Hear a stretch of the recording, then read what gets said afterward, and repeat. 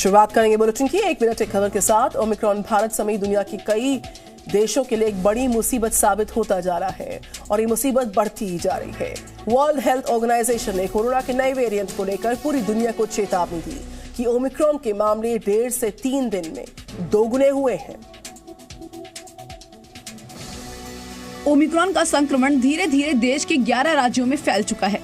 देश में हर दिन इस नए वेरिएंट से संक्रमित हुए लोगों की पुष्टि हो रही है। शनिवार को केरल में 17 साल का एक युवक ओमिक्रॉन वेरिएंट से संक्रमित पाया गया।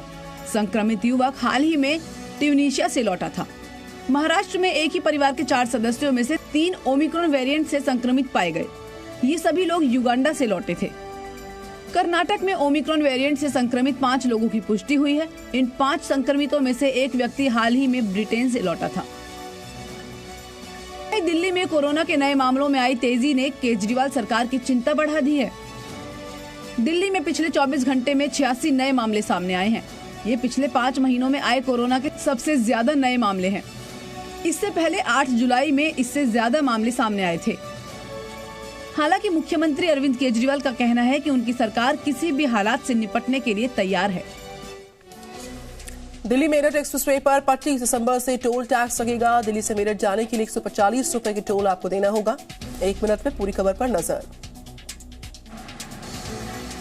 दिल्ली एक्सप्रेसवे पर 25 दिसंबर से जनता को टोल देना पड़ेगा। एक्सप्रेसवे से मेरठ से दिल्ली जाने पर यात्रियों को 140 रुपया टोल देना पड़ेगा और 23 दिसंबर को केंद्रीय सड़क परिवहन राजमार्ग मंत्रालय के केंद्रीय मंत्री नितिन गडकरी मेरठ में दिल्ली मेरठ एक्सप्रेसवे का उद्घाटन करेंगे, जिसके बाद 25 दिसंबर सुबह 8 बजे से एक्सप्रेसवे पर टोल प्लाजा चालू हो जाएगा।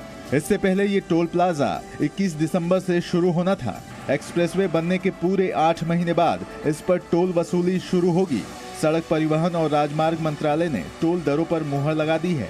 टोल प्लाजा पर 7 प्रवेश द्वार बनाए गए हैं। मेरठ से दिल्ली सराय काले खां तक कार, जीप या हल्के वाहनों के लिए 140 रुपए देने होंगे। इसके साथ साथ इंदिरापुरम तक 95 रुपए, डूडाहेड़ा तक 75 रुपए, डासना तक 60 रुपए, रसूलपुर तक 45 रुपए और भोजपुर तक 20 रुपए देने होंगे।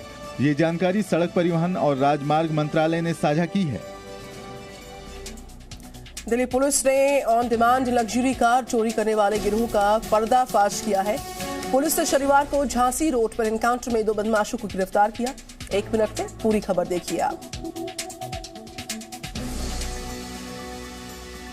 दिल्ली पुलिस ने एक बड़ी कार्रवाई करते हुए मोस्ट वांटेड ऑटो लिफ्टर समेत 2 बदमाशों को एनकाउंटर के बाद गिरफ्तार किया है और इन दोनों बदमाशों पर करीब 32 मुकदमे दर्ज हैं।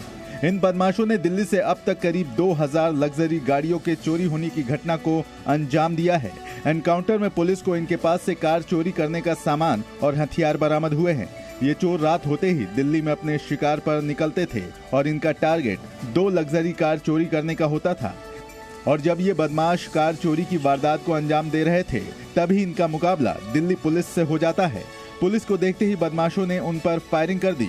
जवाबी कार्रवाई करते हुए पुलिस ने भी फायर किया और पुलिस की गोली मोस्ट वांटेड के पैर में जा लगी, जिसके बाद पुलिस ने दोनों बदमाशों को दबोच लिया।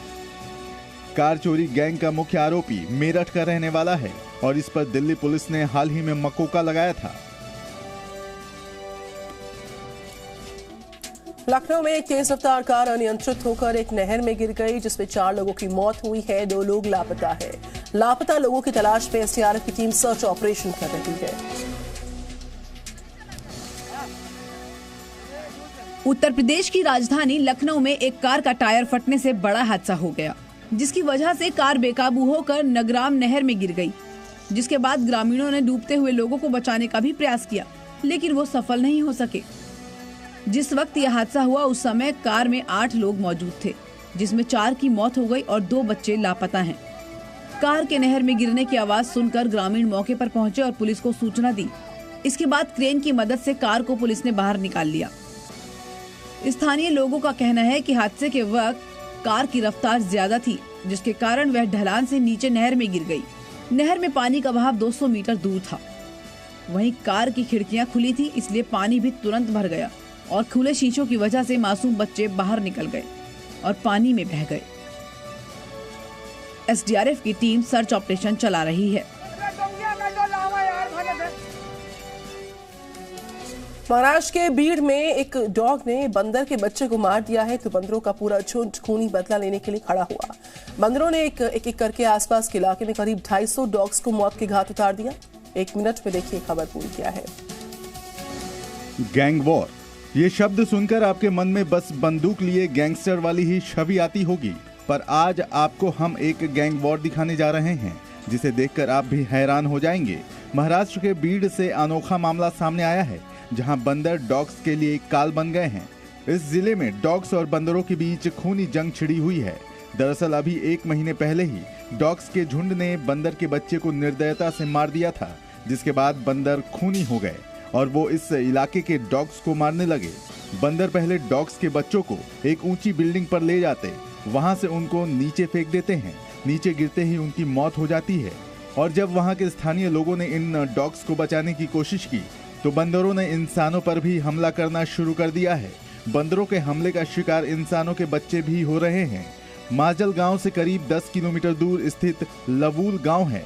करीब 5000 आबादी वाले इस गांव में अब डॉग्स का कोई बच्चा नजर नहीं आता है। दिसंबर का महीना आधे से ज्यादा बीता है और उत्तर भारत का बदलता मौसम इसका सबसे बड़ा सबूत है। पूरे उत्तर भारत में पारा तेजी के साथ नीचे गिरता जा रहा। मौसम के बदलते मिजाज से पहाड़ी इलाकों में लगातार बर्फबारी हो रही है, जिसकी वजह से पहाड़, पेड़ पौधे, घर, सड़कों को देखकर लगता है कि किसी ने इनको सफेद चादर से ढक दिया हो। ये तस्वीरें हैं मनाली की, जिस वाटरफॉल से पहले पानी की आवाजें आती थी, वो वाटरफॉल बदलते मौसम की वजह से पूरी तरह जम गया है। जिधर भी आपकी नजर जाएगी वहां बस आपको बर्फ ही बर्फ नजर आएगी और वाटरफॉल की इन तस्वीरों को देखकर लगता है कि मानो किसी चित्रकार ने सफेद रंग से कोई चित्रकारी की हो। और मौसम के बदलते तेवर ने एक बार फिर ठंड बढ़ा दी है। पहाड़ी इलाकों में सब कुछ व्हाइट सा हो गया है।